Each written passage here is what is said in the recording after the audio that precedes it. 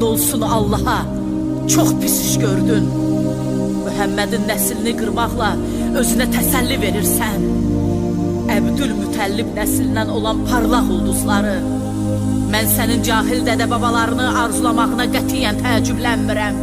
Vallahi Yezid, sən də onların getdiyi yerə gedəcək. Arzulayacaqsan ki, kaş şirkar olaydın. Dediklərini deməz, elədiklərini eləməzdin. Kes sesini, Allah kardeşin kim senin de üstünü kara eylesin. Üzü qara ancaq sən oldun. Yalnız özünü rüsva elədin. Balalarının qanını tökdüyünə görə, əhl-i beytinin hörmətini qorumadığına görə mütləq Rəsulallahla üzləşəcəksən. Onda Allah onların qisasını səndən alıb haqlarını bərpa eləyəcək. Allah yolunda öldürülənləri heç də ölü zənn eləmə. Əksinə diridirlər və onlara Rəbbi yanında ruzu verilir. Bizim aramızda yalnız ve yalnız kılınç hükmedir. Danışmağın hiçbir mənası yoktur. Allahın aramızda hakim, Muhammedin sənə düşmən, Cəbrailin isə bizə dayaq olması kifayətdir. Onda səni müsəlmanların üstündə hakim qoymuş şəxs biləcək ki, hansımızın vəziyyəti daha pis və hansımız daha zəifik. Bunun ağzından çıkan bu sözlere bir bak. Onları dinlemektense ölüm daha rahattı. Görürsünüz, görürsünüz.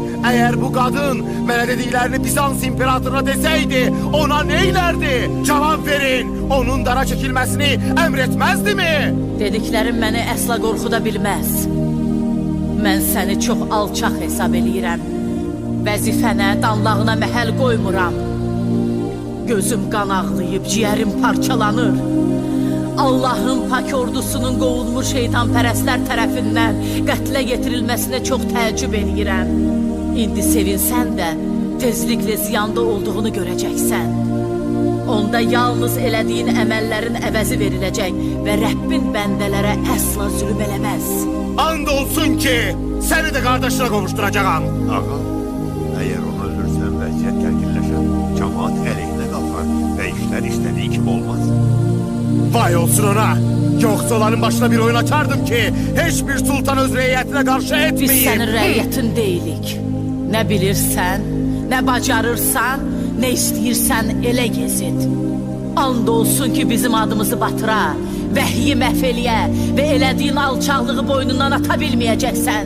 Sənin hökmün, hakimiyyətin müvəqqətidir, ağalığın ötəridir. Carçı nida eləyib, Allah'ın lənəti olsun zalimlara deyəcəyi gün. Kesin onun sesini. Allah dilini kessin. Kesin sesini. Sakit ol bibi. And olsun Allah'a ki sen başa düşməyəni də başa saldın. Bu gənci mənə pay ver ağam. Ona elə bir işgəncə verim ki, sənə itaət eləməyi öyrənsin. Sənə də, ağana da lənət olsun alçaq. Bu benim olar. İstesem seni ona verərəm. Vallahi sənin buna haqqın yoxdur.